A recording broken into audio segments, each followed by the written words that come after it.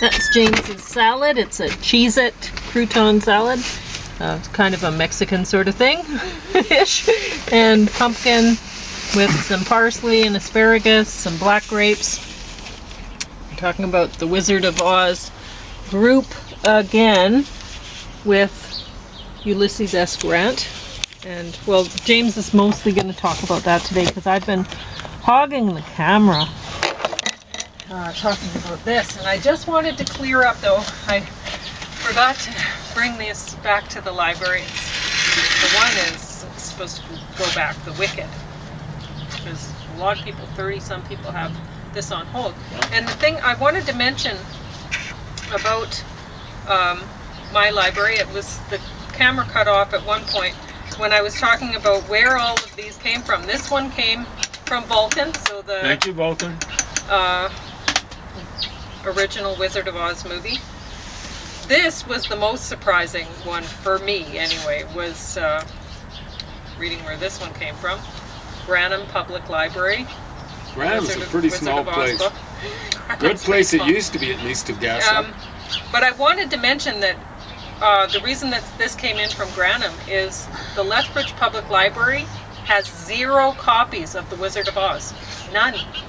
Has Shame on lots you, of copies management of people over at Wicked. Lethbridge Public Well, Library. they have a different system. I've heard them talking to people. Like, people have asked, "Oh, I have a bunch of books to donate," and then the person at the library says something like, in order for us to put them on the shelves, they have to be within 3 years old, like no older than 3 years old or something like that, right? Like, it's so. If you're watching this and you're like, oh, the Lethbridge Public Library should have The Wizard of Oz, I'm going to donate it. It probably won't end up on the shelf if you do. It'll end up being shelved in a dumpster, and we've seen it. So we've seen it. So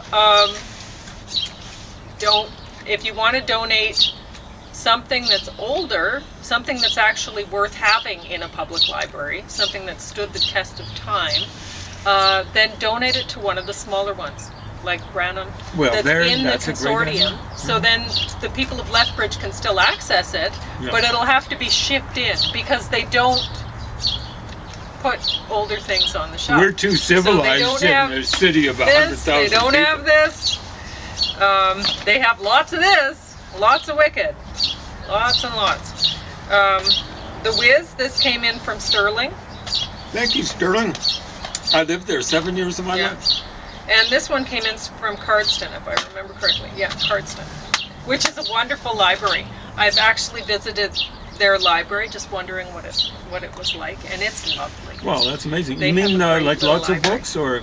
It's really cozy. It's set up nicely. I like it. I like the feel of it. It's a place that I don't know. I don't know why I would have went in to spend some time in the Cardston Public Library, but I did, and it was time well spent. I really enjoyed it. It's a library that you'd actually want to hang out in. Was that more than 25 years ago? Or? No, it wasn't that long. Maybe it must have been when we were taking one of the dogs to the vet or something like that. Maybe I hung around in the... I don't know. But for some reason I went in there and I liked it. Actually, I bought a couple books from there. They had a book sale part near the door. I went in there. There would have been one dog in the vet place. Yeah, probably. And then I would have had to stay in the car to babysit the other dogs.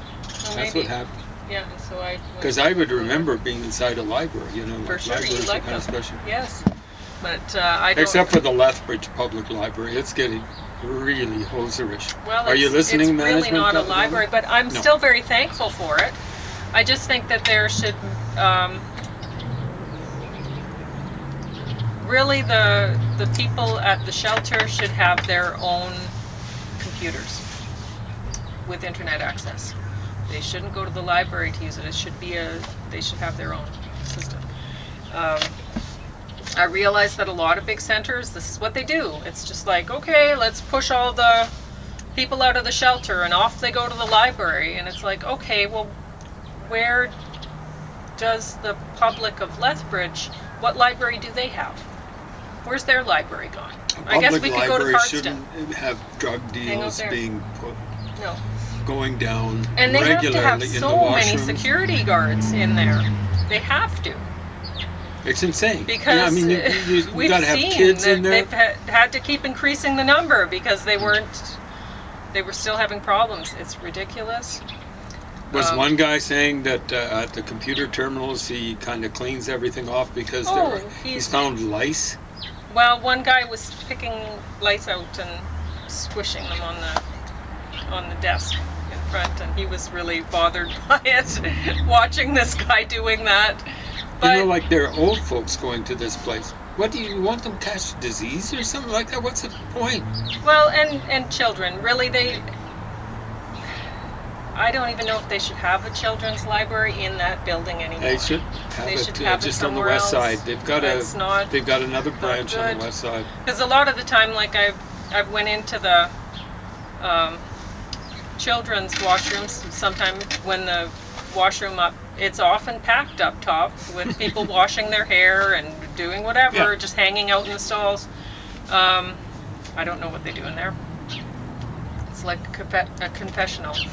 But anyway, it's often full, and so I'll go down to the children's library, and there's been times when I've seen very inappropriate things down there that children shouldn't be subjected to. I mean, like stuff for shooting up, laying on the floor. Well, you just never know what could be left in there, and kids kind of do weird things with it. They might pick it up and I hear you stab whatever. something. They wouldn't stab themselves, maybe. They might. I'll play doctor, not realizing that it's a real needle or whatever. I don't know. I don't know what they there could be hepatitis on that. Could be whatever. Hepatitis. It's stunning. Yeah. I believe in shelters being 24/7, 52. And honestly, that's not saying that they should be a prison, but anyway. Well, I think people should be allowed to go walking out and about, but they should be available 24/7, 52. Yeah. So anyway, and they should be a place where people actually want to spend some time in. I mean, that it shouldn't be a homeless shelter, it should be a home shelter. It should be a home. 24/7, 52. Anyway. However, if people are hanging around banks doing drug deals, they should be in jail. Yeah. Or I've seen it. The library. Or in the library. Anyway. Yep. In jail for a long time. Yeah. And some homeless people are a little bit dangerous. And maybe it should be a home shelter where if you don't follow the rules, well, it's no longer your home. You don't have that right anymore. So then... That'd be interesting, wouldn't it? And, I don't know. It's something to think about, but thought has to be put into it, is all I'm saying. So, I was just going to mention an incident when we're talking about homeless people. Security guard at a particular store where I got to go to, he had to get a homeless person off of the premises. He was, I think, peeing against the building, which nobody wants to walk into the grocery store where somebody's peeing against the building. Who knows? Anyway, like kids have the funniest way of groveling around that they're young. We can't have that happen. Anyway, so the security guard was doing what he was hired to do, probably earning a pittance for it. The homeless person goes and gets a stick to hit the officer or the security guy with. Unfortunately, a 2x4 with a nail in it. I don't know what type of stick it was. Maybe it wasn't that heavy, but it had a nail, and wounded the guy. The security guard was showing me, like he looked as though he was sick for a while, or Sikh, as people mispronounce it. And so he had a big turban-like bandage, and blood had soaked through in a particular spot, and that sort of stuff. It was serious. Well, heads bleed. And apparently the guy was convicted. Well, it's hard to... the security guard actually was together enough that he was able to restrain the fellow. But Now, as far as I'm concerned, when you attack someone that way, it's just attempted murder. But the guy got, I think it was not 6 months, but 6 weeks. It hasn't been 6 months since it happened, 6 weeks. And so he's out on the street, and he's already, he's a repeat customer, so he's repeated his low down ways, shall we say. So, yeah, that's not a criminal justice system. That's a criminally unjust system. You can't have people like that stomping around. Honestly, I realize that when people immigrate into places, they're immersed into the culture and of the places that they're immigrating into, and I really don't think that should happen either. I think that there should be communities where people spend some time, and there are communities where they need work temporarily or something, like oil field stuff up north or whatever, places where they can have jobs and just get a gradual feel for the culture or whatever, and so that people are used to, because there's problems with that too, with immigration. People, I don't know what they expected when they come into a culture, but they don't necessarily know the rules of the culture that they're going into, and so it doesn't really work out for them really well. The majority of them don't even care to know. Yeah. They've been acculturated to think that we capitalists here just sit around and do nothing and get huge amounts of money and have TVs plus, and all that sort of stuff. When people immigrate in, there's a lot of people that they have to work for most of their life, or they end up being up north for their whole lives, and it's not fun living up north in Canada. But the people who immigrate in, they're sent to places that people up north would love to live, like Toronto or Vancouver, or even here. Even Calgary. Or Calgary. And it's really not fair to the people who are working to bring the new citizens in. So the new citizens should have to spend time way up north when they first come in, and maybe they do that with some people. The doctor who diagnosed me. Well, doctors have to, yeah. Why don't other people? So he if came you have from no a skills, place all called, of a sudden you end up in Toronto? Like, how does that make sense? So his wife couldn't even get a job up there. She had a master's, I think, in something to do with agriculture. Yeah, she did. And she was just working as his receptionist. Yeah, oh, she was a wonderful woman. Yeah, and he was great too. Well, he saved my life. Yeah. Because he's the one who diagnosed my bone marrow cancer after 10 doctors. One of them was retired, so I really can't blame him. But 10 doctors weren't able to figure it out. So maybe that's like when you have homes, like shelters that are homes for homeless people. If they don't behave properly, if they're doing drug deals and making a nuisance of themselves, maybe they get a temporary suspension from the homeless shelter or home shelter, and they have to go to a community up north or something. Have fun in the homeless shelters there. If you can't behave properly in the places that people actually want to move to and live once they've saved up a little bit of money working up north or whatever. Anyway. There's one group where I wouldn't want to do that, and that's with Indigenous people. No, of course not. People in Canada, and they'll owe them really forever. Yeah, it's terrible that really that we've let in so many new immigrants to recolonize the native people here. There's already too many people here. Again. Yeah, it's not fair to them. I feel bad for them. Anyway, talking about the Wizard of Oz. Yesterday I had a headache, and James was I was talking about the songs, and James said, well, you write your lyrics first, and I was really confused, and I didn't answer things properly. And while I had the headache, I was laying in bed going, oh, I said things wrong, and it was just making the headache worse. Sometimes you've written them from the tune. That's what I do, is I write them from the tune.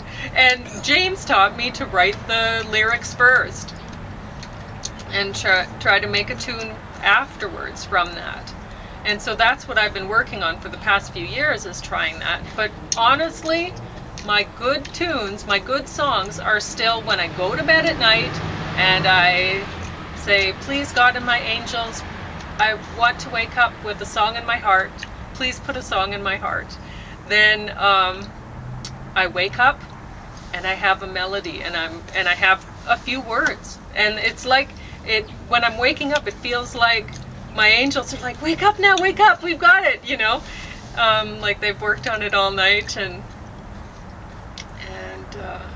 that feels wonderful. So that's the best way that I make songs, is the melody.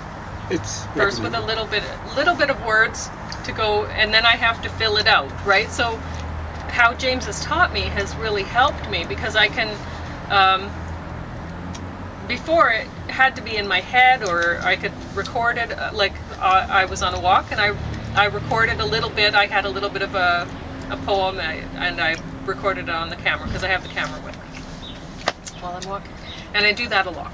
Or if I have a melody, I'm like, oh, that's kind of nice, and so then I'll sing it into the camera, and then I have it later on to work on. But I haven't been working with my melodies a lot that I've already thought of. I've mostly been trying to do it James's way, where I write the lyrics first and then try to come up, because I know how the song is constructed now. I know how to construct a song rhythmically to make it interesting, so I can do that. So it's good to be able to work both ways, to be able to work from a melody and put lyrics to it, or work from lyrics to a melody. If you can do that, Pauline, you'll be. It's good to do it. You'll be the only person in the history of the English language who's been able to do that. But I encourage you to keep on doing it. You see what I'm saying? Because people have to learn that. You have to learn the most important thing about both poetry and song is rhythm. You have to learn it. And with like I was talking about, I don't know how good of a job I did talking about the rhythm in the Wizard of Oz. Yip Harburg came up with really good tunes, or really good lyrics to go along with the tunes. And like, especially I was talking about Somewhere Over the Rainbow. But he's famous for all sorts of things. He did Lydia the Tattooed Lady, which you may not like it, but it's interesting because it's Lydia, oh Lydia, and it's sort of like a sapphic thing, almost the way it's laid out, which is really, nobody does that. It's tough to do. So as much as you might go, oh, it's a silly song, well, that's something. I haven't seen anybody else do something that's like a sapphic rhythm for a song. And here he did it, right?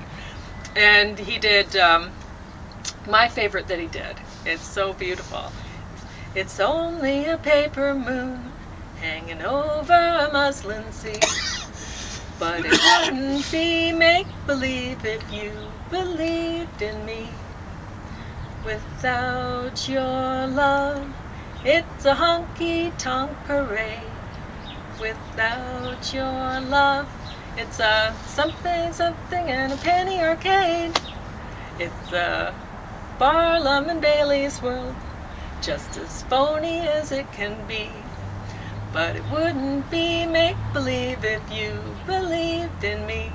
It's a wonderful song. I like the so way good. the tune I goes love on it so you. much. Believed in it. Go sing that again. If you believe. But it wouldn't be make-believe if you believed in me. It's good. It's you. It just goes up the right time. It's wonderful. It's perfect. It's so perfect.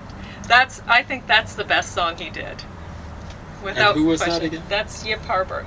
Oh, the same guy. Yeah, same guy. Well, The- he's many cuts Very, above very, the average. very talented Tin guy. Pan Alley type. And so, if you have an ear for rhythm, you'll notice he did very interesting things with those songs that they didn't do in The Wiz. Yeah. It was not interesting rhythm there. Well, we analyzed And we that. can- Ease on down the wasn't good road. There are many different things involved in rhythm, and one of the things is the staccato thing. It's hard for us to analyze it in classical writing. They'll just say staccato or something like that, but it's where it's click, click, click, click, click, click. Yeah, language has a rhythm. It should have been And get on if down you're the road. going or something like to write lyrics, you have to understand the rhythm of language. You must, or you can't write song lyrics. Please keep trying, that. Yeah. but don't please don't keep on subject trying. it on the public. Don't Yeah. until you actually understand it. It takes years to figure it out. I can't think of anybody who's as good as Yip Harburg. Maybe, what's his name? The guy who did you were talking about secondary rhythms with... Well, Hal David and writing with Burt Bacharach. No? It's not Raindrops Keep Falling. Yeah, well, that's but no, you were talking about, oh dear. Paul McCartney Way down was in very Louisiana, down in New Orleans. Well, is that, yeah. Is that Yeah. secondary? Yeah, that's secondary. good. Yeah, it's got secondary stuff. So John Lennon was on a show with Chuck Berry back around 1972, and he kept on talking about he had the meter. What he meant to say was it's not so much worked meter. He secondary rhythm. understood rhythm. Yeah. So deep down in Louisiana, close to New Orleans. So that's actually iambic hexameter. And deep down in Louisiana, close to New Orleans. Yeah, well, I'm not sure if he way back up in the woods among the evergreens. Evergreens, that's perfect. Yeah, New Orleans isn't perfect. New Orleans should be accent on the second one. But it's okay. It's plenty good. I mean, that's it's just great. I mean, he iambic did a great pentameter. job. The next two lines actually don't quite fit. Like there lived back up in the woods among the evergreens.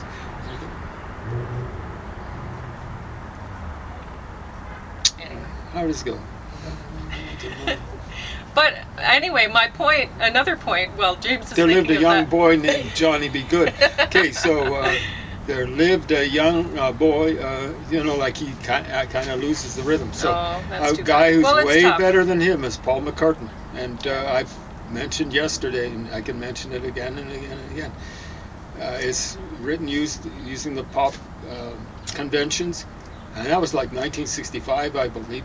And he was 23 years old. But I think Yip Harburg is better than Paul McCartney. Well, he's got more imagery, shall we say, than yesterday. Yesterday's pretty flat when it comes to imagery and stuff like that. Harburg was awesome. So anyway, That having been said, Paul McCartney's writing the tune there. He wrote the whole thing, Yeah. like it's written. It's credited to Lennon McCartney, but McCartney wrote that whole thing, and he was going around saying, after he dreamt that up, he literally had it in a dream. The melody, he's going around saying to like humming it to people, singing to people, whistling, whatever. That's got to have been stolen, unintentionally. And people say no. And I think people recognize it now. I've got people who've got a sense of melody. I just admire. When I was a kid, I was going around. This was about 1969. I finally got it too, and it was. Life is like the road to Keefer's. Life is like the road to hell. So Keefer's is actually the name of a place, and the road to it is like the road to hell. Maybe it's better now.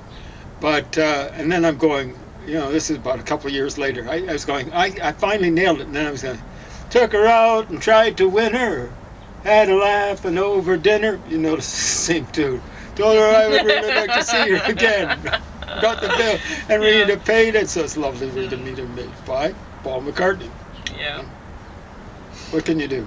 But anyway, Yip So Harburg when is- people go around saying, "Oh, George Harrison, sure enough, he knew he was stealing. He's so fine," when the melody for "Who's So Fine" when he did "My Sweet Lord," I know from my own experience with that sort of thing, Life is Like the Road to Kiefer's took her out and tried to win her. You can get that, and you don't know if you don't actually have a very good sense of melody, and no one would ever accuse me of having one, or George Harrison for that matter. Sorry. Now me, What was I that? do.